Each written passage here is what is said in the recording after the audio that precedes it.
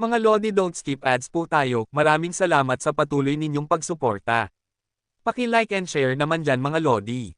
At sa mga gustong mag-donate sa ating GCash or regular na load, mag-comment lang po tayo. Para patuloy tayong makapag-upload ng mga bagong kabanata. Marami pong salamat. Subaybayan natin ang kwento ng isang kabataang nangarap para sa kanyang mga mahal sa buhay. Mula sa pinakamahina tungo sa pinakamalakas. Alamin natin ang kwento ng kanyang buhay. Kabanata 2931 hanggang Kabanata 2940. Kabanata 2931. Nakita ni Moon Shadow God na hindi gumagana ang kanyang mga Shadow Blade, kaya lumabas siya mula sa dilim. Lumulutang siya sa likod ng mga Shadow Blade. Tinitigan niya si Hansen nang may matinding galit at sinabi, "Gaano ka man kalakas, kailangan mong mamatay dahil sa ginawa mo sa anak ko." Malamig na tugon ni Hansen. "Moon Shadow God, naaawa ako sa iyo. Ayokong patayin ka. Umalis ka na lang." "Umalis? Syempre hindi ako aalis. Kung hindi kita mapapatay, hindi ka rin makakatakas." Wika ni Moon Shadow God na tila walang kabuluhan ang sinasabi. Mabilis na naglaho ang kanyang mga Shadow Blade sa kadiliman. Nakita ni Hansen na umalis si Moon Shadow God. Pinatuloy niya ang malaking goldfish sa pangunguna. Hindi pa sila gaanong nakakalayo nang makita nila ang isang malaking bitek sa lupa. Hindi malaman kung gaano ito kalapad dahil hindi naabot ng ilaw ng stone lantern ang kabilang dulo. Tanging dilim lamang ang nakita. Tinitigan ito ni Hansen, ngunit puro dilim lang. Hindi niya rin alam kung gaano ito kalalim. Ayaw ni Hansen na lumipad sa lugar na iyon. Napakataas ng antas ng panganib, kaya tumingin siya sa kaliwa, pagkatapos sa kanan, at napagdesisyonan niyang maglakad sa kaliwang gilid ng bitek para malaman kung kaya niyang paikutan ito.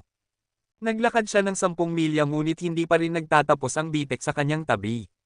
Para itong walang hangganan at napakalalim na bangin. Hindi niya alam kung gaano pa ito kahaba. Ang weird. Bakit hindi ko nakikita sina Ancient Abyss Grandmaster at ang iba pa? Nagsimangot si Hansen. Hindi pa matagal nang dumating doon si Ancient Abyss Grandmaster, pero sa buong paglalakad nila ay hindi niya ito nakita, pati na ang mga kasamahan nito. Mali iyon. Habang nag-iisip siya, nanlaki ang mata ni Hansen. May nakita siyang nilalang sa gilid ng malaking bitek. Ang nilalang ay nakasuot ng itim na armor, parang makapal na European medieval armor. Nakaupo ito sa gilid ng bitek, nakayuko at nakatitig pababa sa kailaliman. "Ako si Hansen," sabi ni Hansen habang nakatingin sa nakabaluting nilalang. "Dumaan lang ako rito. Pasensya na kung istorbo ako. Sana hindi mo ito ikasama ng loob." Hindi sumagot ang nakabaluting nilalang. Nanatili lang itong nakaupo roon, nakayuko. Patay na ba ito? Ginamit ni Hansen ang Dunction Aura para suriin ang presensya ng nilalang. Ngunit nang tumama ang Dunction Aura sa balutin nito, biglang nagliwanag ang itim na armor. Lumitaw dito ang napakaraming simbolo ng liwanag. Nang kumikislap ang mga simbolo, nabalot ang buong paligid at nabuo ang isang baisema. Nabilanggo sina Hansen at ang iba sa loob nito. Lalong nagliwanag ang mga simbolo sa armor. May kakaibang enerhiya na lumalabas mula sa nakabaluting nilalang, parang naroon pero hindi naroon. Napakalakas ng enerhiyang iyon kaya nakaramdam ng takot si Hansen. Hinawakan ni Hansen ang stone lantern at umatras. Sinubukan niyang suntukin ang baisema, ngunit tinanggihan ng hadlang ang kanyang lakas. Halos matapon siya mula sa likod ng malaking goldfish.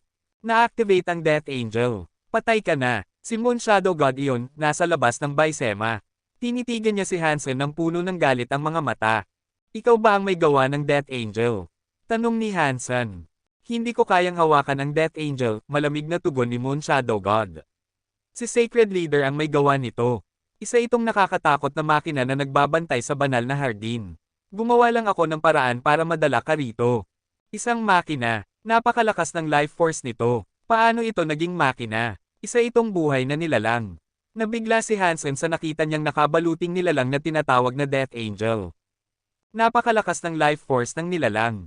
Hindi ito kahawig ng makina. Wala kang alam. Lahat ay alam ni Sacred Leader.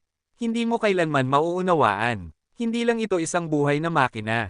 Kung nanaisin ni Sacred Leader, kaya niyang gawing buhay kahit ang bato. Galit ang tono ni Moon Shadow God. "Nais ko lang na ako mismo ang makaganti para sa pagkamatay ng anak ko." "Bakit ka magpapakamatay para sa ganoong klaseng anak?" Buntong hininga ni Hansen. "Gaano man siya kasama, anak ko pa rin siya. Ikaw ang pumatay sa kanya, kaya kailangan mong magbayad." May halong pagkabagabag ang ekspresyon ni Moon Shadow God habang pinipilit ang anyo ng matinding desisyon. Susubukan pa sanang magsalita si Hansen ngunit biglang lumiwanag ang likod ng Death Angel. Lumitaw ang malalaking pakpak ng liwanag. Nang bumuka ang pakpak, lumutang ang katawan ng Death Angel. Humarap ito kay Hansen. Mula sa mata ng helmet nito ay tumama ang dalawang sinag ng liwanag parang spotlight na nakatutok kay Hansen. Ang mga simbolo ng liwanag sa armor nito ay nagmukhang kalahating transparent. Sa kasama ng mga pakpak ng liwanag, nagmukha itong isang anghel na bumababa mula sa langit. Ang nakakatakot na presensya nito ay nagbigay ng matinding ginaw. Para bang kung igagalaw nito ang mga pakpak ng liwanag, agad na mabibiyak ang espasyo at kadiliman. Sino mang pumasok sa banal na hardin, mamatay. Walang emosyon ang tinig ng Death Angel, malamig at parang makina. Habang nagsasalita, itinaas nito ang kanang kamay na parang espada. Nagliyab ito at parang apoy na humahampas sa langit, pabagsak kay Hansen. Hindi naman ito mukhang banal na hardin. Tumingin si Hansen sa paligid. Maliban sa malaking bitek, puro durog na bato lang ang nakita niya. Walang gusali, lalo nang walang hardin. Kahit wasak ang hardin, dapat sana ay may bakas ng mga guho. Pero wala siyang nakita.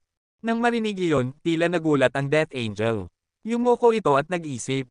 Hindi ito maaaring makina. Isa itong nilalang. Hindi makapaniwala si Hansen na isa itong makina. Walang makina ang kayang mag-isip ng ganoon. Malamig na tumawa si Moon Shadow God. Masyado kang maaga para maging masaya. Ang malaking bitik na iyon ay bahagi ng banal na hardin. Ang kinatatayuan mo ay pasukan ng banal na hardin. Ngunit saglit lang nag-isip ang Death Angel bago muling nagsalita. Ito ang banal na hardin. Pumasok ka rito, kaya kailangan mong mamatay. Pagkatapos noon, nagliyab ng malakas ang armor ng Death Angel. Papunta ito kay Hansen. Papa, ako na ang bahala. Gustong gumalaw ni Hansen pero biglang nagsalita si Bauer. Tumalon siya mula sa likod ng ama. Habang nasa ere, kumislap ang kanyang sunglasses. Nagbago ang katawan ni Bauer. Bigla siyang naging kapareho ng Death Angel, ang kanyang armor ay kumikinang, at ang kanyang mga pakpak ng liwanag ay malalaki at puting-puti. Pang! Itinaas din ni Bauer ang kanyang kamay, ginagaya ang posisyon ng atake ng Death Angel. Nagbanggaan ang dalawang puwersa sa ere at sumabog. Nabuksan ang bisema ng Death Angel. Tabla ang laban nila, walang nasaktan. Imposible. Sino ang batang ito? Paano siya naging Death Angel? Gulat na bulalas ni Moon Shadow God habang nakatingin kay Bauer. Alam ni Hansen na iyon ay dahil sa kapangyarihan ng sunglasses. Kaya nitong gawing anyo ng isang nilalang ang isang tao kapag nascan na ito. Kapag natapos ang scan, makukuha rin ang kapangyarihan ng nilalang na iyon. Sa kasamaang palad, mabagal ang bilis ng pag-scan ng sunglasses. Kailangan nito ng oras, lakas, at enerhiya. Hindi rin basta-basta maaaring mag-transform sa kahit anong nilalang.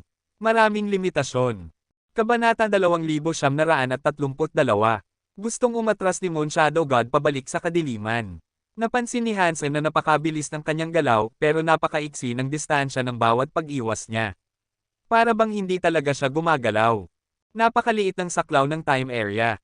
Maliban na lang kung napakalapit ng kalaban, mahirap pigilan o itali ang galaw ng isang kalaban. Kanina, inakala ni Moon Shadow God na mapapatay si Hansen ng Death Angel. Mayroon ding bisema na naghihiwalay sa kanila. Kaya nakatayo siya ng napakalapit kay Hansen, ang bisema lang ang pumipigil na magkaharap sila. Gusto niyang panoorin ng malapitan kung paano mamamatay si Hansen. Pero nang magbago si Bauer bilang Death Angel at umatake, nabasag ang bisema. Nalantad si Moon Shadow God sa harap mismo ni Hansen. Kaya nakadikit sa kanya ang time area. Hindi makagalaw ng maayos si Moon Shadow God, pero nang umatake si Hansen gamit ang knife air, dumaan lang ito sa anino ng kalaban. Hindi niya masaktan ang katawan nito. Minsan pang sinubukan ni Hansen, pero ganoon pa rin ang resulta. Hindi niya matamaan si Moon Shadow God. Malamig itong tumawa at nagsabi. Napakalakas ng time area, pero hanggang kailan mo ito mapapanatili? Kapag nawala na ito, oras na para ipaghiganti ko ang anak ko. Hindi ka na magkakaroon ng pagkakataon, malamig na tugon ni Hansen. Inilagay niya ang stone lantern sa harap niya at inilabas ang Shield of the Medusa's Gaze. Inactivate niya ang kapangyarihan nito.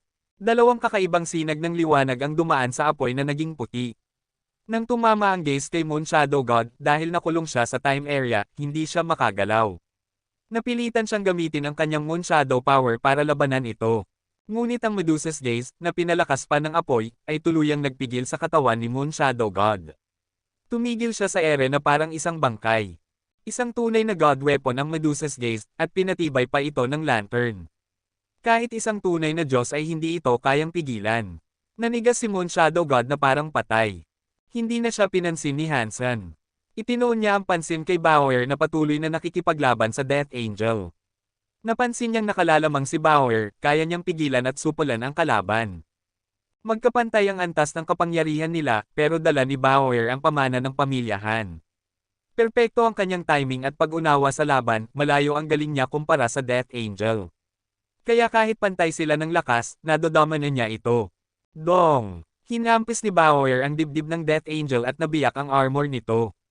Nakita ni Hansen na wala itong laman, tanging puting liwanag lang ang nasa loob. Hindi nga talaga ito isang buhay na nilalang, papuri ni Hansen. Nakakamangha ang ginagawa ni Sacred Leader. Hindi ko akalain na nakagawa siya ng ganitong makapangyarihang makina. Kung marami siyang nagawang Death Angel, madali sana niyang masakop ang mundo. Patuloy na nasusugatan ng Death Angel pero hindi ito sumusuko. Para itong walang alam sa sakit o takot. Patuloy lang itong lumalaban kay Bauer. Katsa! Naputol ni Hansen ang ulo ng Death Angel. Pero hindi pa rin ito namatay. Nagliyab pa rin ang leeg nito at patuloy itong lumusab kay Bauer. Kumislap ang katawan ni Bauer.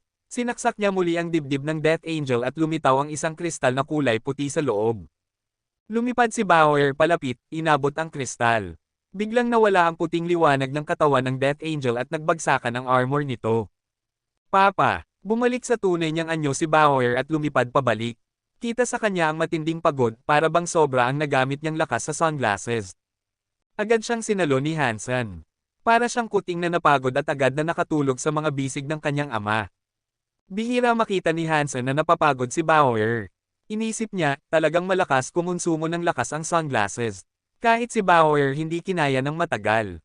Pinulot ni Hansen ang kristal ng Death Angel mula sa kamay ng anak. Mayroon itong maraming gilid at hugis itlog. Kumikinang ito sa loob at naglalabas ng nakakatakot na enerhiya. Hindi ko alam kung anong bagay ito. Dahil walang abiso ng pagkapatay, marahil hindi ito isang xenogeneic gene. Hindi maintindihan ni Hansen kung para saan ang kristal, kaya itinabi niya ito. Nais na sanang umalis ni Hansen pero naisip niya ang Moon Shadow God. Nandoon sa tabi ng malaking bitek ang Death Angel at ang pasukan papunta sa banal na hardin. Hindi ko alam kung anong klaseng lugar ang banal na hardin. Kung pinabantayan ni Sacred Leader ang Death Angel dito, siguradong mayroong napakahalagang bagay na binabantayan. Ngayon napatay na ang tagapagbantay, marahil dapat kong silipin kung ano ang naroon. Baka may matagpuan ako. Pumasok si Hansen sa Sacred para hanapin si Little Flower. Nais din niyang matuto ng higit tungkol sa Sacred. Kaya hindi niya pwedeng palampasin ang pagkakataon. Hawak ang stone lantern, pinailawan niya ang ilalim ng malaking bitek. Sobrang dilim, hindi makita ang ilalim. Hindi malaman kung gaano ito kalalim. Dahan-dahang pumasok si Hansen sa bitek habang bitbit si Bauer na mahimbing na natutulog. Sumunod ang malaking goldfish at ang maliit na goldfish. Dahil sa kadiliman, hindi pinayagan ni Hansen na bumaba ng mabilis ang goldfish. Unti-unti silang bumaba. Makalipas ang halos isang oras, may nakita siyang kumikislap sa ibaba. Isang mahabang lantern na maliwanag, bulong ni Hansen. Tinitigan niya iyon at napansin ang isang pinto sa tabi ng lantern. Inutusan niya ang malaking goldfish na lumipad papunta roon. Habang papalapit, mas malinaw na naaaninag ng liwanag ang pinto. Hindi ito kasing lakas ng Sacred Door. Isa lang itong maliit na pinto ang bato na parang pasukan ng isang hardin. Nang makalapit siya, nakita niya ang nakasulat sa itaas ng pinto, Holy Garden. Bukas ang pinto, at ang nasa loob ay hindi guho. Maayos pa rin ang kalagayan nito. Mula sa kinatatayuan ni Hansen, tanaw niya ang loob. Nakita niya ang banal na hardin na puno ng mahahabang lantern na maliwanag, tinatanglawan ang buong lugar. May mga pavilion, mga gusali, bundok na gawa sa bato, bulaklak, at damuhan. Napakaganda at elegante ng tanawin. Hindi naapektuhan ng labanan ang lugar na iyon, parang buo pa rin ito. Habang nakatingin si Hansen sa isang pavilion, biglang nagbago ang ekspresyon niya. May nakaupo doon sa loob ng pavilion. Kabanata 2933. Matapos ang pagkikita niya sa Death Angel, hindi nang ahas si Hansen na gamitin ang kanyang Dangshan Aura para silipin ang ibang tao, baka may mangyaring hindi maganda. Sa ganong klase ng lugar, mas mainam na huwag siyang gumawa ng bagay na hindi niya tiyak. Nandoon pa rin ang tao, nakaupo lang, at wala namang ginagawa. Para bang hindi nito narinig si Hansen. Tinawag siya ni Hansen ng ilang beses, pero hindi sumagot ang lalaki. Naisip niyang kakaiba iyon kaya pumasok siya sa hardin at nagtanong, may problema ka ba? Kailangan mo ba ng tulong ko? Nasa sacred siya. Hindi siya pwedeng maglakad ng basta-basta lang. Kailangan niyang siyasatin ang banal na hardin. Akala ni Hansen na espesyal ang mga puno, bulaklak, damo, at kahoy sa banal na hardin. Ngunit nang tingnan niya ng mabuti, napagtanto niyang mga ordinaryong halaman lang pala ang mga iyon. Hindi man lang sila synergenic na mga halaman. Nag-ikot pa si Hansen para makumpirma ito. Maganda at elegante ang hardin, ngunit normal lang ang lahat ng bagay sa loob. Hindi tulad ng lihim na hardin na iniisip niya sa kanyang isipan. Ginawa ng Sacred Leader ang nakakatakot na nilalang na Death Angel para protektahan ang lugar na ito. Paano naman magiging ordinaryo lang ito? Muling tumingin si Hansen sa lalaki sa pavilion. Tahimik lang ang lalaki. Nakaupo ito, nakasandaw sa rehas, at nakatanaw sa paligid. Wala siyang pakialam sa presensya ni Hansen. Hindi ba't nakakabagot na uminom at tumingin lang sa mga bulaklak mag-isa? Paano kung samahan na lang kita? Lumapit si Hansen sa pavilion. Noon niya lang napansin na babae pala iyon. Maluwag ang damit nito kaya hindi agad nakilala ni Hansen. Sa loob ng pavilion, may batong mesa. Mayroon ding parang batong palayok. May niluluto itong karne at may apoy na nag-aalab. Kumukulo ang sabaw sa palayok. Nang lumapit si Hansen, naamoy niya ang halimuyak ng nilulutong karne. Ang bango nito kaya't hindi niya napigil ang maglaway. Bukod sa nilagang karne, may alak din, pero walang baso. Masaya mag-isa. Bakit hindi maging masaya ng magkasama? Kami ng anak kong babae na nakatagpo sa iyo, tila itinadhana ang pagkikita. Bakit hindi tayo magbahaginan ng alak? Dahil hindi pa rin tumutugon ang babae, iniwan ni Hansen ang malaking goldfish at maliit na goldfish sa labas, karga si Bauer, at dahan-daang pumasok sa pavilion. Mag-ama silang nakatitig sa nilulutong karne. Hindi alam kung anong uri ng karne iyon, pero napakasarap ng amoy. Kahit si Bauer na natutulog ay nagising dahil dito. Sa layo ng kanilang paglalakbay, marami na silang lakas na nagamit. Matagal na rin silang nakikipaglaban kaya't medyo kumakalam na ang tiyan. Hindi nila mapigilan ang pagnanasa sa karne. Ngunit bagamat gusto nilang kumain, hindi naman sila ang may-ari ng pagkain. Hindi nila pwedeng basta-basta kainin iyon. Ngunit nanatiling tahimik ang babae. Kaya hinarap ni Hansen si Bauer palayo sa pagkain at nakatutok sila sa babae, nais siyang makilala. Nang makita ni Hansen ang mukha nito, bigla siyang napatigil at arg. Nalito siya. Hindi pala tao ang babae, kundi isang estatwa. Ngunit napaka-realistiko nito, para bang buhay.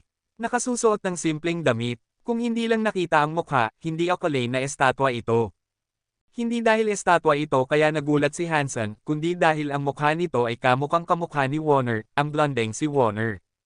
May estatwa si Warner sa banal na hardin ng Sacred Leader. Ibig bang sabihin, may kaugnayan si Warner sa Sacred Leader? Ibig bang sabihin, ang kapatid ni Warner ay si Sacred Leader? Gulat na tanong ni Hansen habang nakatingin sa estatwa. Hawak ng estatwa ni Warner ang isang tasa. May laman pa itong alak. Naamoy pa iyon ni Hansen. Teka muna, biglang kumabog ang puso ni Hansen. Bahagi ng estatwa ang tasa, ngunit ang alak sa mesa at ang karne sa palayok ay totoong naruroon. Patuloy pang kumukulo ang tubig sa nilaga. Hindi tama ito. Kung estatwa lang ito, saan nanggaling ang alak at karne? May nauna na bang tao rito sa banal na hardin? Siya ba ang naglagay ng alak at karne rito? Inilibot ni Hansen ang tingin at ginamit ang Dangshan Aura. Bagamat tanyag ang banal na hardin, hindi naman kalakihan ang lugar.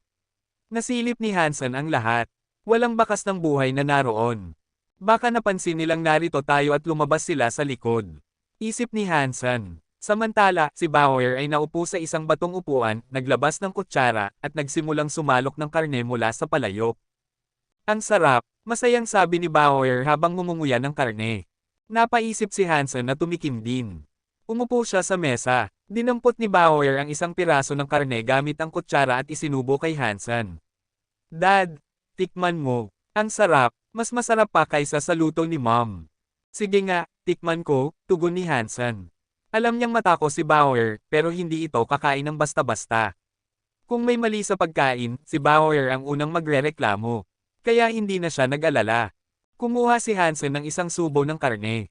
Napakalambot ng lasa, mataba ngunit hindi nakakaumay, natutunaw ngunit may kasamang crisp. Grabe, ang sarap, puri ni Hansen. Ito ang unang beses na nakatikim siya ng ganito kasarap na karne. Deified Gin dagdag 1, habang pumupuri si Hansen, bigla niyang narinig ang pagdagdag ng kanyang mga gin. Buwisit, deified meat ba ito? Totoo bang True God Class Cinegenic ang niluto rito? Sino ang galanteng magluluto ng True God Class na karne at basta-basta na lang iiwan dito? Hindi mapakali si Hansen. Kahit ang mga makapangyarihan tulad ng Very High Leader o Sky Palace Leader, hindi magiging ganito kuluwag. Hindi nila lulutuin ang True God Cinegenic meat at basta ipapamigay lang. Kung aalis man sila, tiyak nilang dadalhin ito. Muling ginamit ni Hansen ang Dunction Aura para silipin ang paligid, ngunit wala pa ring ibang nakita. Tanging estatwa ni Warner lang ang naroon. Hindi ito ininde ni Bauer at tuloy-tuloy lang sa pagkain ng karne at pag-inom ng alak na parang inumin niya. Hindi naman nakakita ng panganib si Hansen. Bagamat kakaiba na nakakapagpataas ng deified genes ang karne, isang mabuting bagay ito para sa kanya. Napakalaki ng katawan ng itim na dragon. Naisip ni Hansen na baka abutin pa ng matagal bago siya makakuha ng deified gene mula rito. Pero sa nilagang karne na ito, isang subo lang, agad na may dagdag na deified gene. Perpekto ito para sa kanya. Kabanata 2934. Bauer, napakabait mong bata. Tinanggap ni Hansen ang karne gamit ang kamay niya. Napakasarap ng amoy nito na muntik na niyang makagat ang sariling dila. Dad, uminom ka rin ng alak. Ang sarap din nito. Inilapit ni Bauer ang bote ng alak sa bibig ni Hansen. Uminom si Hansen ng isang lagok. Para itong sumabog sa kanyang bibig na parang bukal. Matamis ang lasa. Hindi man ito pinakamainam na alak, higit na sapat ito upang ipare sa masarap na pagkain. May biglang anunsyo sa isip ni Hansen. Deified Gin dagdag 1. Buwisit, nakakapagdagdag din ba ng deified genes ang alak na ito? Nagulat si Hansen. Matapos niyang kainin ang karne, hindi agad nagkaroon ng dagdag. Pero ngayong uminom siya ng alak, nagkaroon ng anunsyo. Ibig sabihin espesyal ang alak na iyon. Level up ako, totoo ngang nagpalakas ako, labis ang tuwa ni Hansen. Masayang nagsalo ang mag-ama sa alak at karne. Hindi nagtagal, naubos nila ang lahat ng karne sa palayok at alak sa bote. Dinampot ni Bauer ang buong batong palayok at nilagok ang natirang sabaw ng walang tigil. Dinilaan pa niya ang katas na kumalat sa kanyang mukha, halatang gusto pa niya ng dagdag. Kahit hindi pa busog si Hansen, umabot na sa max ang kanyang deified genes. Kaya wala nang dahilan para maging sakam pa siya.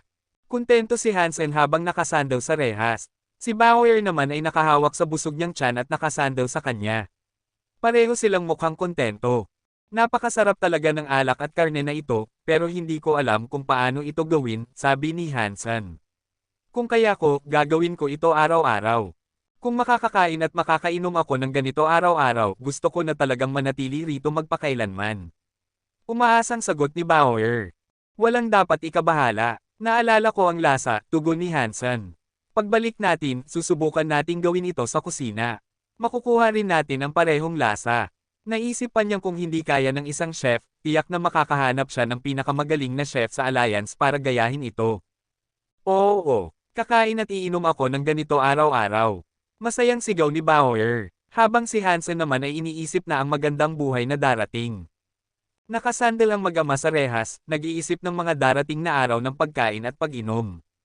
Kasabay nito, nagpapahinga rin sila.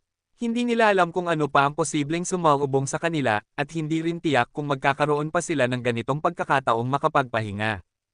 Bihira silang makatagpo ng ligtas na lugar. Kaya mabuting samantalahin ito upang makapag-ipon ng lakas bago muling magpatuloy. Lalo na kay Bauer, maraming lakas ang nagastos niya sa paggamit ng sunglasses. Mabuti at nakapahinga siya. Matapos niyang kumain ng karne, halatang bumalik ang kanyang sigla. Hindi na siya mukhang pagod tulad kanina. Pumikit si Hansen habang nakasandaw sa rehas. Nakahiga si Bauer sa kanyang hita, hinahaplos ang busog na tiyan, halatang sobrang busog.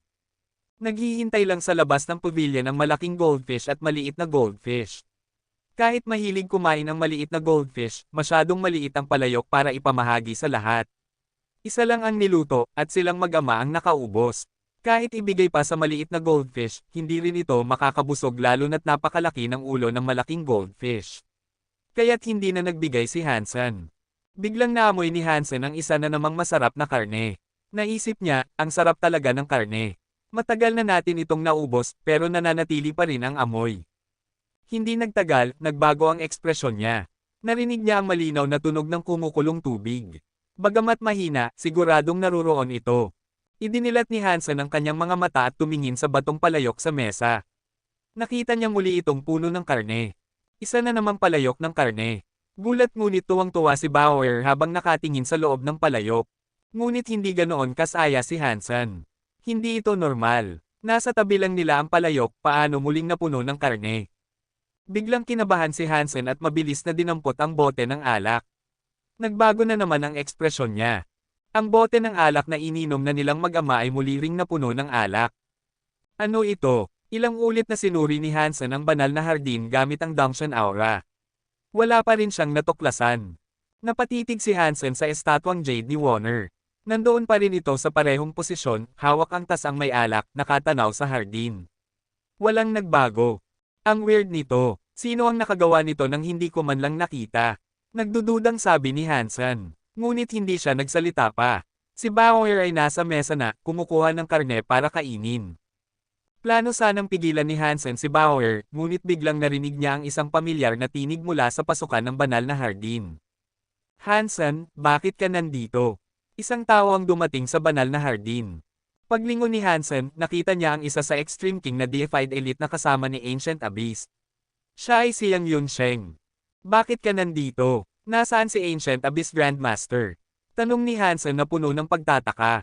Wala siyang nakitang iba sa labas. Mapait na sagot ni Yang Yunsheng, ayokong pag-usapan. Dinala kami ng Grandmaster sa dilim. Akala namin maaabot namin ang mahabang maliwanag na parol sa unahan, ngunit ilang daang milya kaming naglakad at nasa dilim pa rin. Bigla naming narinig ang isang bagay na papalapit at umatake sa payong may liwanag. Inutusan kami ng Grandmaster na dalhin ang payong at magpatuloy, habang siya naman ay lumabas sa saklaw ng payong upang harapin ang kalaban. Hindi nagsalita si Hansen. Alam niyang may iba pang nangyari. Kung hindi, hindi sana nag-iisa si Yang Yunsheng. Nagpatuloy si Yang Yunsheng, apat kaming may hawak ng payong na may liwanag at patuloy na naglakad patungo sa ilaw. Ngunit bago pa kami makalayo, may isa pang umatake. Pagkaraan ng ilang tama, nabasag ang payong. Hindi ko nakita kung ano ang itsura ng halimaw, pero natangay ako at nahulog sa dilim. Para akong nahulog sa isang walang hanggang bangin. Ang lakas ng dilim ay parang makinang ginigiling ako. Pinilit kong labanan, pero hindi ko nakayanan. Maging ang mga protection kong kayamanan ay nabasag. Akala ko katapusan ko na, pero bigla akong bumagsak sa lugar na may mahabang maliwanag na parol. Tumayo ako sa ilalim ng ilaw at nakaligtas. Habang may ilaw ng parol, hindi lumalapit ang mga halimaw sa dilim. Pero ramdam ko pa rin na may nakatingin sa akin mula sa dilim. Hindi nga lang sila nangangahas pumasok sa liwanag. Habang nagsasalita, nanginginig si Yang Yunsheng. Nakatitig siya sa labas ng banal na hardin at dama pa rin niya ang presensya ng halimaw. Kabanata 2935. Anong kakaibang bagay? Tanong ni Hansen na may interes. May pilit na ngiti si Yang Yunsheng habang sinasabi, sa dilim, may narinig akong babaeng umiiyak. Isang babaeng umiiyak. Nagulat si Hansen. Minsan na rin niyang narinig iyon dati, at pagkatapos ay lumitaw si Moon Shadow God. Naniniwala siyang iyon ang tinig ni Moon Shadow God. Ngayon, dahil narinig din ni Yang Yunsheng ang iyak, lalong itong naging misteryoso. Sabi ni Yang Yunsheng, tatawa ka siguro kapag sinabi ko ito, pero noong panahon na iyon, habang ako'y nakakulong at nawawalan ng pag-asa, nang marinig ko ang iyak ay lalo akong nagalit. Akala ko mamamatay na rin ako, kaya kung mamamatay man ako, mas gusto ko nang mamatay agad. Kaya tumakbo ako papunta sa pinanggagalingan ng iyak. Handa akong lumaban sa kung anumang nasa dilim, kahit ikamatay ko pa. Napakakaiba. Akala ko mapapatay ako sa dilim. Sinundan ko ang iyak kahit nandoon pa ang lakas ng dilim, pero hindi na ito kasing tindi ng dati. Kaya ko nang tiisin. Sa aking pagtakbo, bigla akong nakarating dito, sa harap ng mahabang, maliwanag na parol. Pagdating ko rito, nawala ang tinig ng babaeng umiiyak. Ipinaliwanag ni Yang Yunsheng ang nangyari sa kanya. Si Yang Yunsheng ba ay sumunod kay Moon Shadow God kaya nakarating siya rito? Hindi pwede. Si Moon Shadow God ay nasa itaas ng siwang. Kung sinundan siya ni Yang Yunsheng, dapat nasa itaas din siya ngayon. Matagal na sanang nandito si Yang Yunsheng, hindi ngayon lang. Naisip ni Hansen at saka nagtanong, kailan mo huling narinig ang iyak ng babae? Hindi pa ganoon katagal, sagot ni Yang Yunsheng. Naisip ni Hansen, hindi ito tama. Mukhang hindi si Moon Shadow God ang babaeng umiiyak. Habang nag-uusap sila, biglang narinig ulit ang iyak ng babae mula sa labas ng banal na hardin. Parang nandoon pero wala rin. Malungkot na malungkot at ang hagulgol ay parang kumakalikot sa isipan. Ayan na naman, sabi ni Yang Yunsheng. Iyan ang tunog. Tumingin si Hansen sa labas ng banal na hardin. Ang dalawang mahabang parol sa may pintuan ay mahina ang liwanag. Ang labas ay puro kadiliman. Walang makita. Lahat ay napatigil at nakinig. Maya-maya, unti-unting nawala ang iyak. Para bang lumayo na ang umiiyak. Tinuro ni Yang Yunsheng ang karne sa palayok at nagsabi, kayo ba ang nagluto niyan? Pwede ba akong makikain? Ayokong mamatay sa gutom. Dahil nakakatakot ang lugar, pakiramdam niya ay maaari siyang mamatay anumang oras. Kaya hindi na siya nag-aksaya ng pagkakataon. Akin ang karne. Sigaw ni Bauer, sabay harang sa mesa habang pinoprotektahan ang palayok gamit ang kanyang mga kamay. Gustong magsalita ni Hansen pero may narinig siyang paparating mula sa labas ng banal na hardin. May isa na namang dumating. Isang matandang nakasuot ng gintong balabal ang pumasok, si 9,000 King. Ito ay banal na hardin. Mga dayuhan, hindi kayo basta-basta makakapasok dito. Malamig na sabi ni 9,000 King habang tinitingnan si Hansen at ang iba pa. Kita ang galit sa mukha niya at tila sinusuri sila upang tuklasin ang isang bagay. Nabagabag si Yang Yunsheng. Kakahanap lang nila ng ligtas na lugar, pero dito naman sila muling nakatagpo ng panganib, si 9,000 King. Alam niyang hindi kasing bait ni Hansen ang matandang ito. Mabilis na tumingin si 9,000 King sa palayok ng karne at sa estatwa ni Warner sa loob ng pavilion. Naging masigla ang kanyang ekspresyon saglit pero agad din itong nawala. Hindi ito nakaligtas sa mata ni Hansen. Hindi pa ba kayo lalayo? Gusto niyo bang mamatay? Malamig na banta ni 9,000 King habang papalapit sa pavilion. Ang kanyang katawan ay puno ng mga gintong marka na para bang napapalibutan ng kakaibang mga alupihan. Tahimik si Hansen. Tumayo siya sa harap ng pavilion nang walang imak. Nanginig si Yang Yunsheng. Bagamat isa siyang butterfly deified elite, si 9,000 King ay halimaw mula pa sa panahon ng sacred. Hindi matukoy kung gaano na ito kalakas. Maaaring isa ito sa pinakamataas na tunay na Diyos. Wala siyang laban dito. Habang papalapit si 9,000 King, ramdam ni Yang Yunsheng na para siyang kaharap ng isang dambuhalang halimaw na kayang wasakin ang kalangitan. Inakala niyang aatakehin na nito si Hansen. Ngunit tumigil ito sa harap ng pavilion.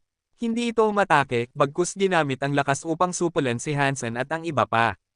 Sabi niya, ayokong masira ang pamana ng pinuno. Huwag ninyo akong piliting sirain ito. Natawa ng malakas si Bauer at sinabi, takot ka lang nasaktan ka ng tatay ko. Ginagawa mo pang maganda ang dahilan. Hindi nagbago ang ekspresyon ni 9,000 King, ngunit malamig siyang tumawa. Naglakbay ako sa buong universo kasabay ng sacred leader at nakapatay ng hindi mabilang na tunay na Diyos. Ang mga ninuno nyo noon ay baka gatas pa lang ang iniinom. Madali kayong patayin. Pinapalabas ko lang na mabuti ako dahil pinapalampes ko kayo. Huwag kayong magkakamali ng iniisip. Ngumiti si Hansen, ngunit hindi nagsalita. Hindi rin pinansin ni Bauer si 9,000 King. Kinuha lang niya ang sandok at kumuha pa ng karne mula sa palayok. Tumigil ka, biglang sigaw ni 9,000 King. Nagngangalit siyang sumugod papasok ng pavilion, inabot si Bauer. Ang kanyang katawan ay binalot ng gintong aura na hugis alupihan. Mabilis na sumalubong si Hansen, hawak ang Shield of the Medusa's Gaze. Inactivate niya ang Medusa's Gaze. Kumislap ang kakaibang liwanag at naipit sa ere ang gintong aura ng mga alupihan. Malakas ang kapangyarihan mong pampamanhid, pero sa isang hari tulad ko, ito'y mga mumunting laro lamang. Malamig ang mga mata ni 9,000 King habang binunot ang espada sa kanyang baywang. Kakaiba ang espada. Marami nang nakitang bihirang espada si Hansen, pero hindi pa siya nakakita ng ganito. Dalawang daliri ang lapad at apat na talampakan ang haba. Mistulang yari sa dugong jade. Ang pinakakakaiba, ang espada ay may mga mata mula dulo hanggang hawakan. May mga bukas, sarado, at kalahating bukas. Iba-iba ang anyo ng bawat isa, at nang nakahanay ay nakakadiri at nakakakilabot. Sabi ni 9,000 King, 9 na mata ang sumasaklaw sa libong panahon. Isang tibak na pumuputol sa ilalim ng mundo. Sa ilalim ng aking 9 na matang espada, walang makakaligtas. Ako, ang hari, ay naniniwala sa kabutihang asal. Dapat palalampasan ko kayo, pero kung gusto niyong mamatay, kasalanan niyo na iyon. At itinaas niya ang siyam na matang espada. Kabanata 2936. Ang pinaka nakakatakot ay napansin ni Hansen na dahan-dahan na ring pumipikit ang kanyang mga mata. Para bang labis siyang napagod. Hindi na niya magawang imulat ang mga ito. Kahit gaano pa siya nagpupumilit na imulat ang kanyang mga mata, wala talagang nangyayari. Tumanggi ang kanyang talukap na bumukas at nais lang nitong tuluyang magsara. Tumigil ka na sa paglaban. Wala ring silbi. Ang liwanag ng espada ng siyam na mata ay kayang agawin ang paningin ng bawat nilalang sa sansinukob. Kapag hinarap mo ang siyam na matang espada, walang nilalang ang may mga mata.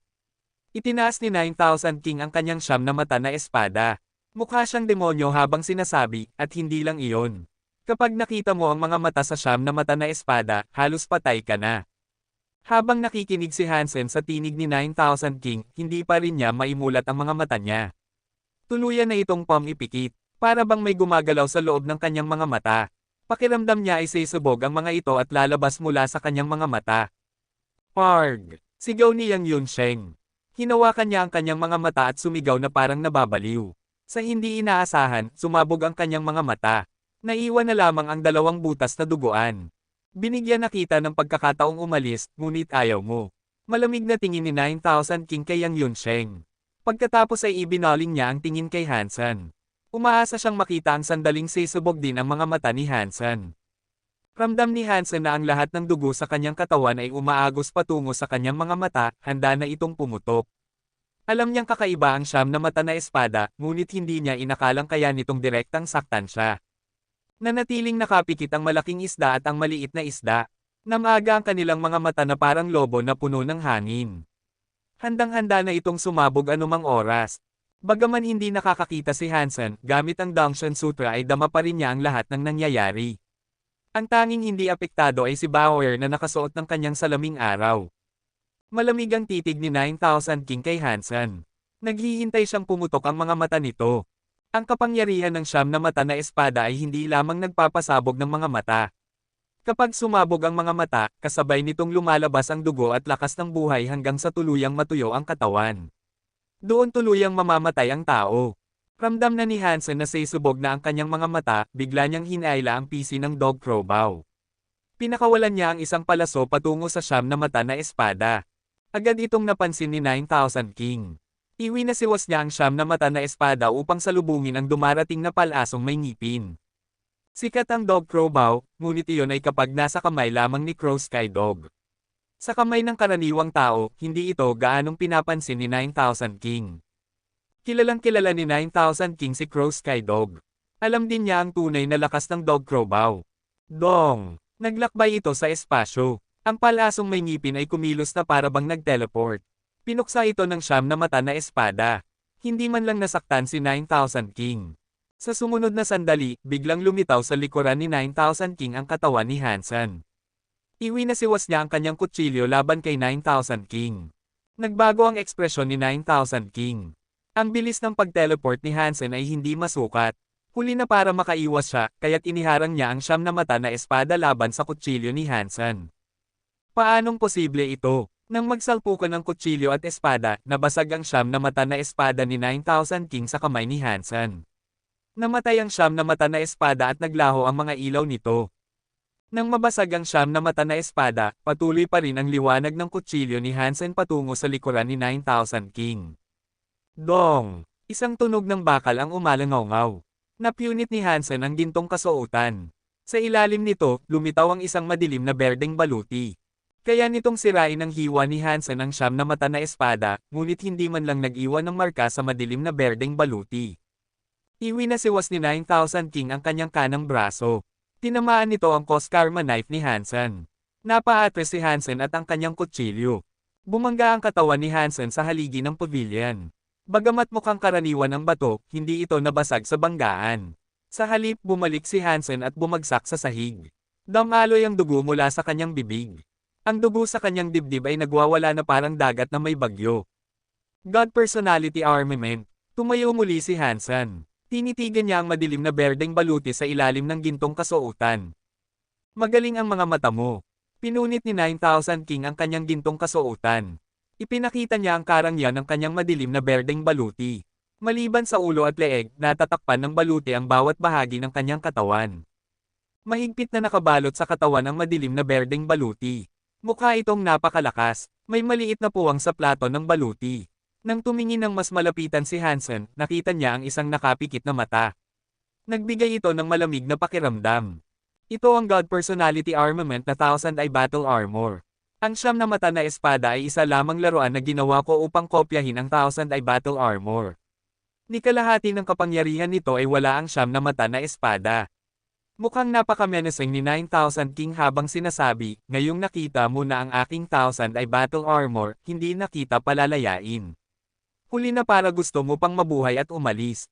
Hindi gumalaw si Hansen kahit isang pulgada. Hawak niya ang Coskarma knife at malamig na sinabi, subukan mong gamitin ang iyong God Personality Armament na Thousand Eye Battle Armor.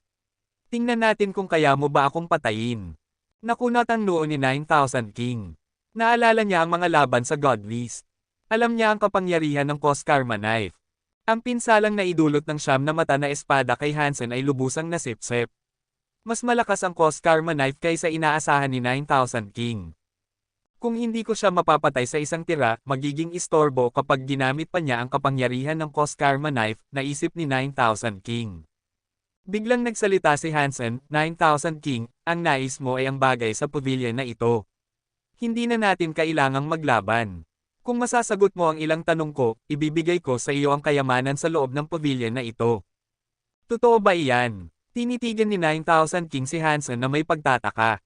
Hindi niya inakalang magsasabi ng ganoon si Hansen. Tutuhanin mo ako, sabi ni Hansen. Kung hindi mo masagot, hindi iyon bibilang. Kung sadya mong tatanungin ako ng mga bagay na hindi ko alam ang sagot, paano ko masasagot iyon? Malamig na tawa ni 9,000 King. Kung narito ka para sa kayamanan sa pavilion, dapat alam mo kung ano ito, sabi ni Hansen. Kung sasagutin ko ang tanong, ibibigay mo ba sa akin ang bagay na iyon? Hindi sinagot ni 9,000 King ang tanong. Sa halip, malamig siyang ngumiti kay Hansen. Iyon ang isa sa mga tanong. Ilan lang ang itatanong ko. Walang pag-aalinlangan si Hansen at nagsalita ng diretsyo. Ano ang mga tanong? Pakinggan ko muna. Nagniningning ang mga mata ni 9,000 King. Hindi siya nagmamadali. Iyon ang unang tanong. May apat pa akong tanong. Sino ang babaeng nakalarawan sa estatwa? Ano ang relasyon niya kay Sacred Leader? Ilan ang mga piling mandirigma sa Sacred at nasaan sila? Sunod-sunod na ibinulalas ni Hansen ang lahat ng nais niyang malaman. Kabanata 2,937. Hindi ganoon. May alam ako sa ilang mga lihim na ito. Kung sasabihin ko at hindi ka masiyahan, ano ang mangyayari? Kumikislap ang mga mata ni 9,000 King. Kung mangyayari iyon, ipagpapatuloy natin ang ating laban. Ngumisi si Hansen. Nakakatakot si 9,000 King, lalo na't may dala siyang God Personality Armament. Isa siya sa pinakamalalakas na nilalang sa sansinukob. Hindi niya kayang baguhin ang isip niya. Hindi rin niya maitatangging isa siyang alipin noon. Wala siyang kabaitan at napakakuripot. Hindi siya papayag na malugi. Napakaduda ng ugali ni 9,000 King. Nakita niyang determinado si Hansen kaya mas lalo siyang nag-alala. Hindi muna siya umatake. Naisip ni 9,000 King, kahit na butterfly class lang itong si Hansen, kakaiba ang mga kayamanan at Geno Arts na nasa katawan niya. Mayroon siyang Geno Art na kayang magpabagsak ng isang True God level. Hindi pa niya ito ginagamit. Ang kalmado niya, sobra ba ang kumpiyansa niya na kaya niyang wasakin ang Thousand Eye Battle Armor ko? Sa totoo lang, sa mga laban sa Geno God List, sumikat si Hansen sa buong sansinukob. Maraming matatandang makapangyarihang nilalang ang natatakot sa Zuan Yellow Sutra ni Hansen. Tumawa ng kakaiba si 9,000 King at nagsabi, ang lugar na ito ay mahalagang hardin ng leader. Masama kung sisirain natin ito. Sige, maaari kong sagutin ang mga tanong mo. Ngunit kung hindi ka pa rin tatahimik matapos kong sabihin ang mga sikreto, hindi mo ako masisisi kung umatake ako sa iyo. Nang marinig iyon, hindi nagulat si Hansen. Kalma niyang sinabi, kung hindi mo ako sasagutin ng kung ano-ano lang, maaari kong ibigay sa iyo ang kayamanan sa loob. Habang sinasabi iyon, iniisip ni Hansen, ang banal na hardin na ito ay napakakakaiba. Ang karne na kinain namin ay muling lumitaw sa palayok. Ang alak na ininom namin ay bumalik sa bote. Napakaibang klase nito. Sa katunayan, ang mas ikinagulat ni Hansen ay ang kanyang deified genes. Napansin niyang matapos kainin ang karne sa palayok na nagpapuno ng kanyang DFI genes, bigla ulit siyang nawala ng anim na kinakailangan. Bumalik siya sa dati bago kainin ang karne. Hindi ito normal. Kung hindi niya malalaman ang dahilan, hindi siya magiging panatag. Bukod dito, may iba pa siyang mahahalagang katanungan. Mga tanong na matagal na niyang iniisip. Sandaling natahimik si 9,000 King. Itinuro niya ang palayok na bato at sinabi, ang palayok na bato na ito ang gamit ng Sacred Leader sa pagkain. Hindi ito kilalang kayamanan, ngunit taglay nito ang isang kakayahang wala kahit ang mga True God class. Kapag niluto rito ang laman ng isang xenogeneic, nagiging kapangyarihan itong maaari nating maabsorb. Mas mabilis nitong napapabilis ang ebolusyon kaysa sa pag-inom ng isang batya ng genofluid. Iyon lang ba? Tanong ni Hansen. Tumawa si 9,000 King at sinabing, isa lang itong gamit sa pagkain. Hindi masama na may ganoon itong kakayahan. Ang mas mahalaga ay ang laman ng karne sa palayok. Kung hindi ako nagkakamali, ang nasa loob ay laman ng isa sa 4 na banal na halimaw. Ito ay ang xenogeneic genes ng Holy Kirin. Ano? Laman ng Holy Kirin ang nasa loob ng palayok. Nagulat si Hansen. Hindi siya lubos na naniniwala. Oo. Laman iyon ng Holy Kirin, tiyak na sabi ni 9,000 King. Imposible. Nakapunta na ako sa East Holy Kirin Garden. Naroon ang laman ng Holy Kirin, at bulok na iyon. Paano mo naman nalutong mabuti? Nakakunot noong tanong ni Hansen. Pinaghihinalaan niyang niloloko lang siya ni 9,000 King. Nang marinig ni 9,000 King na sinabi ni Hansen na nasa East Holy Kirin Garden ang laman ng Holy Kirin, siya man ay nagulat. Saglit siyang nag-isip bago nagsabi, hindi ko inakalang nakaligtas ang Holy Kirin sa sakuna, ngunit makinig ka. Malalaman mong hindi ako nagsisinungaling. Nakikinig ako, sagot ni Hansen. Tumingin si 9,000 King sa estatwa sa pavilion, nakahawig ni Warner, at sinabing, ito ay may kaugnayan sa ikalawang tanong mo. May kinalaman ito sa may-ari ng estatwa. Oh, sino ang taong nakalarawan sa estatwa? Tanong ni Hansen. Ang tao sa estatwa ay ang nakababatang kapatid na babae ng leader, sagot ni 9,000 King. Tungkol sa pangalan niya, hindi ko alam. Kung kapatid siya ng Sacred Leader, dapat espesyal siya sa ranggo ng Sacred. Paano hindi mo alam ang pangalan niya? Hindi makapaniwalang tugon ni Hansen. Napabuntong hininga si 9,000 King at nagsabi, sobrang mahal ng leader ang kanyang nakababatang kapatid na babae. Mahina lagi ang katawan nito. Natatakot si Sacred Leader na may manakit sa kanya, kaya inilagay niya ito sa banal na hardin upang protektahan ng Death Angel. Kahit ang 10 general ng 4 na banal na hayop ay hindi pinayagang makapasok. Walang nakakaalam na may kapatid na babae ang Sacred Leader. Napakabuti ng leader sa kanyang kapatid. Ano mang hilingin nito, kahit ulo ng isang Diyos pa, ibibigay niya. Gagawin niya ang lahat upang mapangiti ang kanyang kapatid. Ang tanging dahilan kung bakit ko siya nakilala ay dahil nakatakas siya minsan sa banal na hardin. Nagkataon na nakasalubong niya ako. Sabi niya gusto niyang maglakad-lakad, ngunit may nangyaring insidente. Doon ko lang siya nakilala. Tungkol sa pangalan niya, hindi ko nagawang itanong. Naiintindihan ko, sabi ni Hansen. Ano ang kaugnayan niya sa laman sa palayok? Muling napabuntong hininga si 9,000 King at nagsabi, mahal na mahal siya ng aming leader, ngunit siya ay may sakit at hindi natatagal ang buhay. Kahit anong gawin ng aming hari, hindi niya mailigtas ang kapatid niya. Noong nakatakas siya mula sa banal na hardin, agad itong nalaman ng Sacred Leader. Sinundan niya siya at dumating noong nawalan siya ng malay. Kinuha niya ito at ibinalik. Ano ang sinabi niya? Tanong ni Hansen. Sabi ng aming leader, tanging laman ng Holy Kirin ang makakapagpahaba ng buhay ng kapatid niya, ngunit ilang taon lamang iyon. Tinitigan ni 9,000 King ang kumukulong laman sa palayok at nagpatuloy, hindi ko alam kung ilang taon na ang lumipas, ngunit mula noon ay patuloy pa ring niluluto ang karne. Ang karne na kayang iluto sa loob ng palayok na bato ng napakatagal ay siguradong espesyal. Kaya ipinapalagay kong iyon nga ang laman ng Holy Kirin. Matapos marinig iyon, naisip ni Hansen, ibig sabihin, si Warner talaga ang nakababatang kapatid na babae ng Sacred Leader. Kung totoo iyon, bakit siya nauwi sa isang butas ng puno? Noong panahon ng Sacred Era, halos ubos na ang kanyang buhay. Kinailangan niya ang laman ng Holy Kirin upang mabuhay pa ng ilang taon. Ngunit bilyon-bilyong taon na ang lumipas mula noon. Buhay pa rin siya. Ano ang ibig sabihin nito? At pagkatapos, tanong ni Hansen, wala na, isang beses ko lang siyang nakita. Hindi ko na siya muling nakita pagkatapos noon. Mula noon, maraming problema ang lumitaw sa Sacred. Hindi nagtagal, nagkaroon ng malalaking pagbabago. Nasa isang misyon ako para sa leader kaya ako nakaligtas. Tungkol sa nangyari sa Sacred, wala na akong alam. Umiling si 9,000 King. Kabanata 2938. Tahimik na tumingin si Hansen kay 9,000 King at hindi nagsalita. Kung ang Sacred ay talagang may ganoong lugar, kahit gaano pa katindi ang laban, hindi iyon mapipigilan. Kung ganoon, hindi sana nawala ang Sacred sa ilog ng panahon.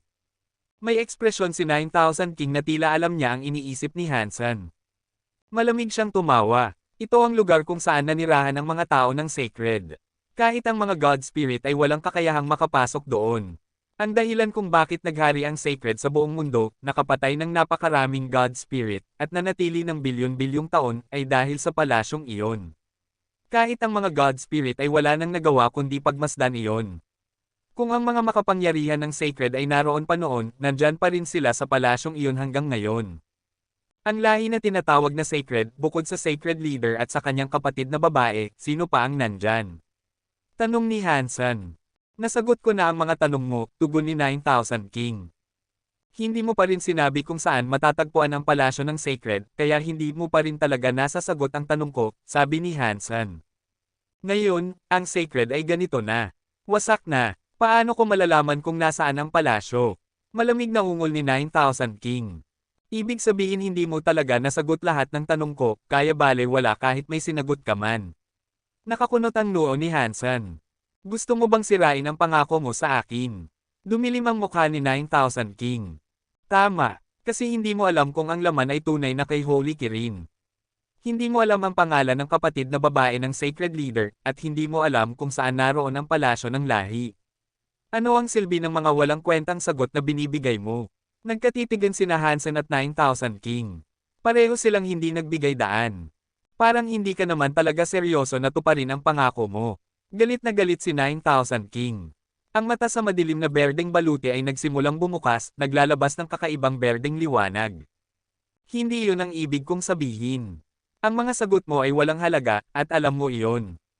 Ganito na lang, kung makakasagot ka ng isang tanong tungkol sa Sacred, ito ay sa iyo. Tinuro ni Hansen ang pavilion habang nagsasalita.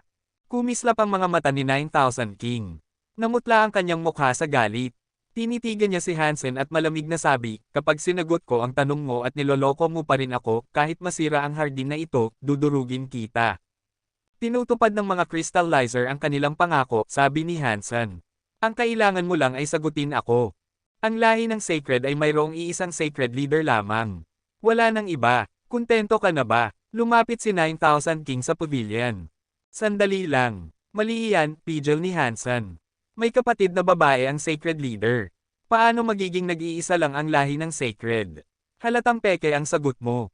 Sino bang nagsabi na ang kapatid na babae ng Sacred Leader ay galing din sa lahing Sacred?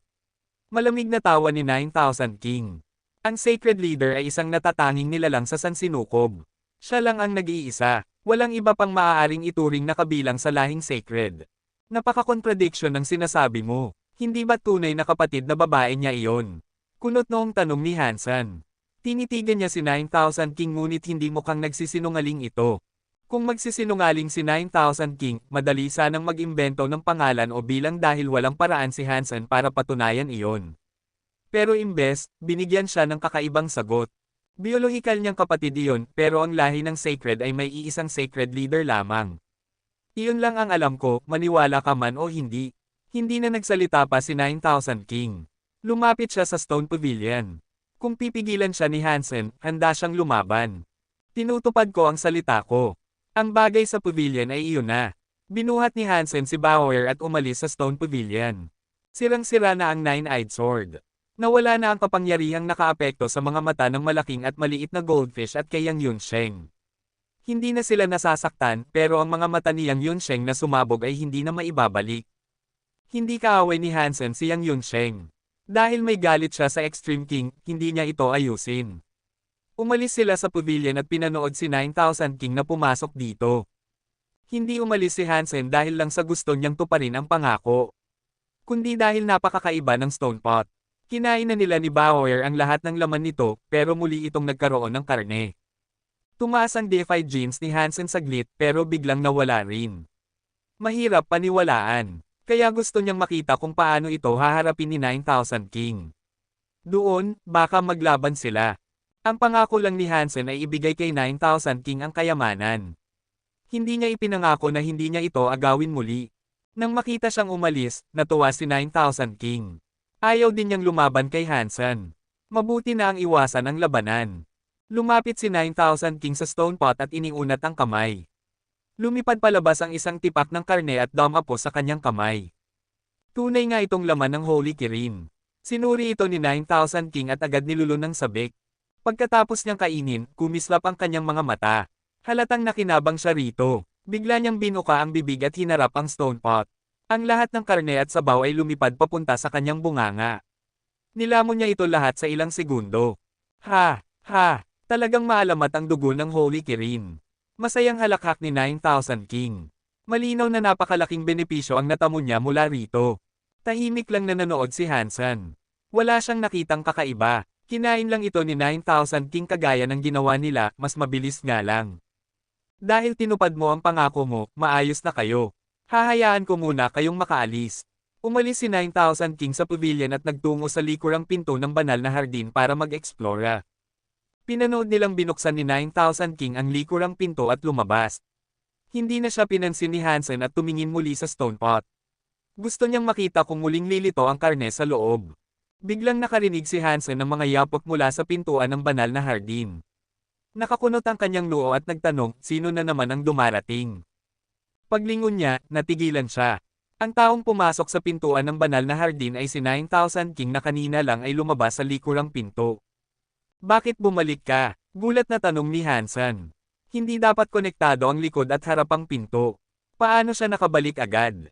Nagulat din si 9,000 King. Kakaiba, lumabas ako sa likod pero bakit pumasok ako mula sa harap? Nagulat si Hansen sa narinig. Agad niyang tiningnan ang stone pot at kinilabutan. Sa isang iglap lang, muling bumalik ang karne at sabaw na kanina lang ay nilamon ni 9,000 King. Kumukulo ulit ang palayok na puno ng karne.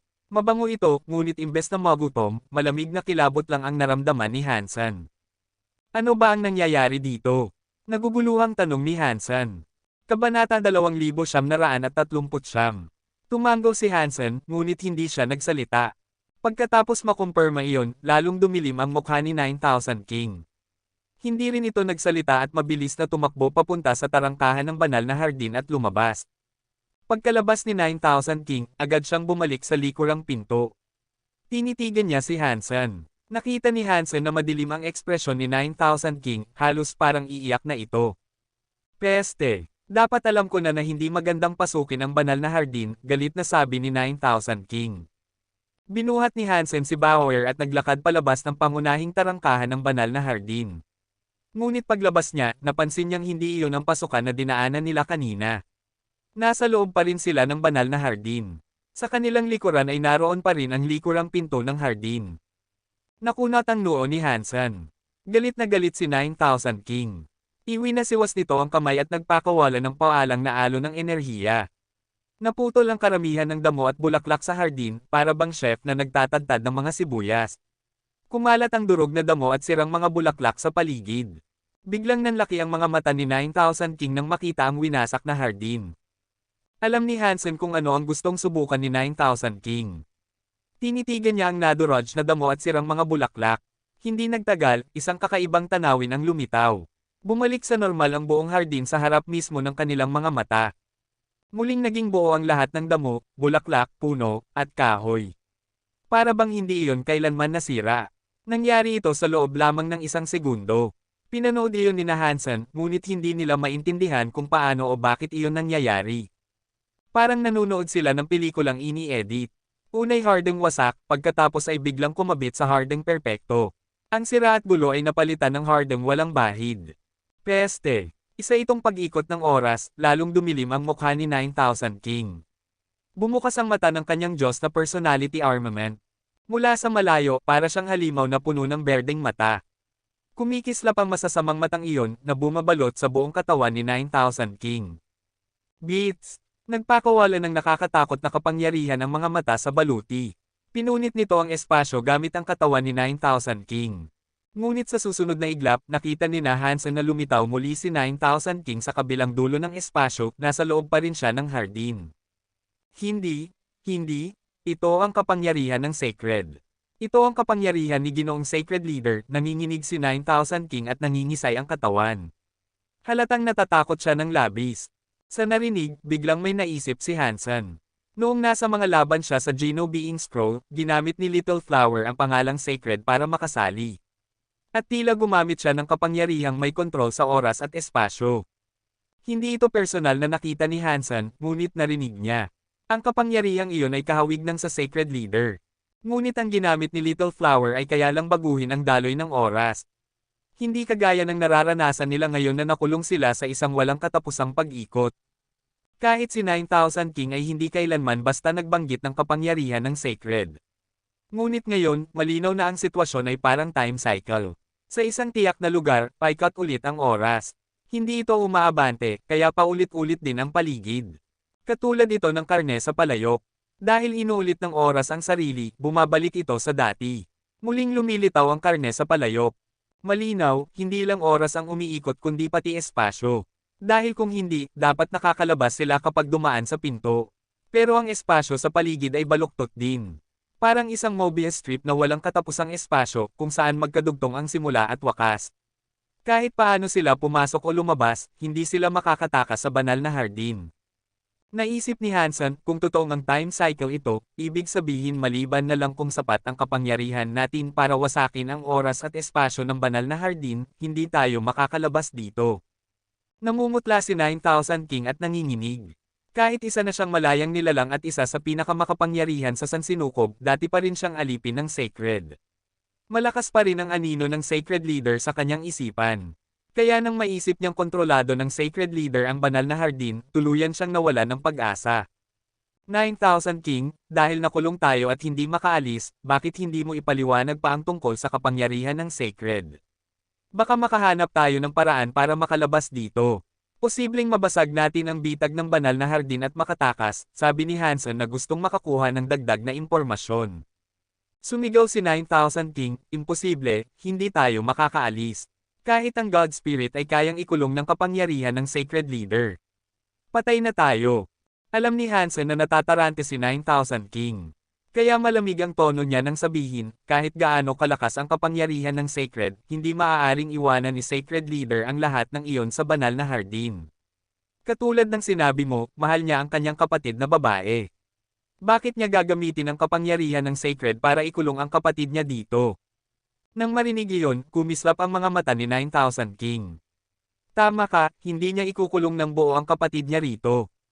Ibig sabihin, may paraan para makalabas tayo. Ngunit ang sumunod na pangyayari ay muling nagpulala ng ekspresyon niya.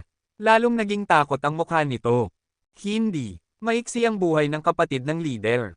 Ginamit ng leader ang kapangyarihan ng Sacred para kontrolin ang banal na hardin. Ginawa niya ito para i-freeze ang kanyang kapatid sa lugar na ito, upang hindi siya umalis at manatili sa walang hanggang ikot. Umiling si Hansen. Kung ganoon, ano ang nasa banal na hardin? Hindi ba estatwa iyon? Iyon ba ang kapatid na babae ng Sacred Leader? Napatigil si 9000 King sa narinig. Tinitigan niya ang estatwa ni Warner at Bamulong, hindi. Paano nangyari ito? Bakit estatwa lang ang narito? Nasaan ang kapatid ng Sacred Leader? Hindi naman nawasak ang banal na hardin, at buo pa rin ang kapangyarihan ng Sacred. Kung nakulong nga rito ang kapatid, dapat naririto pa siya. 9000 King, pareho tayong nasa iisang bangka ngayon, sabi ni Hansen. Kung may nalalaman ka, sabihin mo. Mas mabuti kung magsama-sama tayong mag-isip kaysa ikaw lang. Tiningnan ni 9000 King si Hansen, nagngit-ngit at sabi, sinabi ko na ang alam ko. Tungkol sa iba, hindi ako sigurado. May alamat tungkol sa kapangyarihan ng Sacred. Ang sabi, may isang babae na nakahanap ng paraan para basagin ang kapangyarihan ng Sacred. Sino ang babaeng iyon? Tanong ni Hansen na naguguluhan. Si Han Yufei. Binanggit ni 9000 King ang pangalan na labis ikinagulat ni Hansen. Kabanata 2940. May isa pang dahilan kung bakit niya ito naalala. Dahil ang babae ay may parehong apelyido sa kanya. Han ang apelyido, kaya iyon ang isa pang malaking dahilan kung bakit tumatak sa kanyang isipan ang pangalan. Anong lahi si Han Yufei? Ano ang posisyon niya sa Sacred? Tanong ni Hansen. Umiling si 9000 King at sinabing, hindi ko alam. Walang nakakaalam kung anong lahi si Han Yufei. Isa siyang napaka-misteryosang babae. Kahit ang Sacred Leader ay napakabait sa kanya. Lahat ng gusto niyang ipagawa, ginagawa ng leader. Marami siyang lihim na eksperimento. Ang babaeng iyon ang namamahala sa marami sa mga iyon. Sinasabi ng alamat na pinag-aralan ni Han Yufei ang sacred power ng leader at nakadiscover siya ng paraan upang basagin ito. Pero alamat lang iyon. Walang nakakaalam kung totoo. At kahit totoo man, hindi iyon makakatulong sa sitwasyon natin ngayon. Hindi rin natin siya mahahanap mula rito. Ano ang itsura ni Han Yufei? Nang marinig ni Hansen ang paglalarawan ni 9000 King, kumabog ang puso niya. Parang pamilyar si Han Yufei. Posible kayang siya ang babaeng natrap sa Two Worlds Mountain. Iniisip ni Hansen na tama iyon. Ang babaeng nasa Two Worlds Mountain ay dating nag-research kasama si Sacred Leader pero natrap siya roon at hindi makamatay. Ang kasalanan sa scroll ay tila may bahid ng ganoong pahiwatig. Hindi ko alam. Maliban kay Sacred Leader at ilang piling tao, walang nakakita ng kanyang totoong mukha. Lagi siyang may suot na kakaibang maskara. Kahit ang isang True God class si True Geno Art ay hindi makakita ng nasa likod ng maskara. Bukod kay Sacred Leader, ang pinakaposibleng nakakita ng kanyang mukha ay si General Purple Fight. Si Sacred Leader ang nag-utos kay Purple Fight na protektahan si Han Yufei. Tumigil si 9000 King sa pagsasalita. Naging masungit ulit ang kanyang mukha. Sabi niya, wala ring silbi ang pag-uusapan ito ngayon. Wala ka bang Geno Art na kayang pabagsakin ang isang True God? Pwede mo bang gamitin iyon para sirain ang sacred power? Umiling si Hansen at sinabing, gumagana lang ang kapangyarihan ko sa mga nilalang. Hindi ito gumagana sa mga bagay na tulad ng Holy Garden. Hindi naman ibig sabihin na walang silbi ang Zuan Yellow Sutra. Pero kahit gumana ito, hindi papayag si Hansen na sirain ang mga restriction ng Holy Garden. Gusto pa niyang makakuha ng mas maraming impormasyon mula kay 9000 King. Hindi sigurado si Hansen kung si 9000 King ba ay talagang walang alam o sadyang natatakot lang magsalita. Pero hindi siya nakakuha ng dagdag na kapaki-pakinabang na impormasyon mula rito. Medyo bumuti ang mga mata ni Yang Yunsheng. Nakita ni Hansen ang mga butas sa kanyang mga mata, na parang dugong mga hukay, at inisip niya, mukhang ang time at space loop ay sa mga bagay lang na nasa loob na ng Garden Tumatalab. Tulad natin ng mga tagalabas, hindi tayo apektado ng time at space loop. Hindi naman bumalik sa dati ang mga katawan natin. Tulad ng karne na kinain natin, nawala na ang mga deified genes. Ibig sabihin kapag may nawala mula rito, muling ibinabalik. Tiningnan ni Hansen ang estatwa ni Warner. Kung ito ay itinayo para kay Warner, at dati siyang nanirahan dito, baka alam niya kung paano makalabas. Hindi planong gisingin ni Hansen si Warner. Pinagmamasdan lang niya ng palihim si 9000 King. Naglalakad si 9000 King na mukhang irritable. Lumabas siya sa front door at bumalik sa likod na pinto. Ang Holy Garden ay parang nakakatakot na bilangguan. Isang bilangguan na hindi sila makakawala kailanman. Bigla siyang natigil sa pavilion. Nakatingin siya sa paso. Nagsisigaw siya habang nakatingin sa estatwa ni Warner. May nakita ka ba? Mabilis na lumapit si Hansen. Tiningnan niya si 9000 King. Ang estatwa ay ganoon pa rin. Walang nakikitang pagbabago. Matagal nang sinusuri ni Hansen ang estatwa pero wala naman siyang nakikitang kakaiba rito. Mukhang sabik na sabik si 9000 King. Itinuro niya ang estatwa at sinabi, itong estatwa, maaaring ito ang susi para malampasan ang mga restriction ng Holy Garden. Bakit mo naman nasabi iyan? Tanong ni Hansen na naguguluhan. Balot ng damit ang estatwa. Hindi ko ito napansin kanina. Ngayon na tinitignan ko ng mabuti, nakikita kong konektado ito sa buong pavilion. At ang estatwa, itong estatwa, naputol ang salita ni 9000 King dahil sa sobrang pagkasabik. Ano tungkol sa estatwa? Tanong ni Hansen. Kung tama ako, itong jade statue ay gawa mula sa sungay ng Holy Kirin. Hindi ito estatwa. Isa itong True God weapon. Namangha si 9000 King at nagpatuloy, sa Holy Garden na ito, lahat ng bagay ay maaaring normal. Ang mga bulaklak, damo, puno, at kahoy ay pwedeng maging normal. Pero ang estatwa lang na ito ang isang True God item. Posibleng ito ang mismong restriction ng garden. Medyo may saysay ang sinabi ni 9000 King, pero hindi sumasang-ayon si Hansen sa teorya niya. Ayon sa sinabi ni 9000 King, napakabait ni Sacred Leader kay Warner. Kung ganoon, bakit siya gagawa ng estatwa ni Warner at hahayaang mahawakan ito ng iba? Kung si Hansen iyon, hinding-hindi siya gagawa ng estatwa ni Bauer o Linger bilang isang bitag. Hindi iyon pinansin ni 9000 King. Buo ang paniniwala niya na ang estatwa ang ugat ng kanilang problema. Pero hindi siya naglakas loob na hawakan ang jade statue. Tumalikod siya at tiningnan si Yang Yunsheng. Sabi niya, ikaw, ilipat mo ang estatwa. Pwede mong patayin ang isang sundalo pero hindi mo siya pwedeng hamakin. Patayin mo na lang ako kung gusto mo. Pero hindi ko gagawin iyan para sa iyo.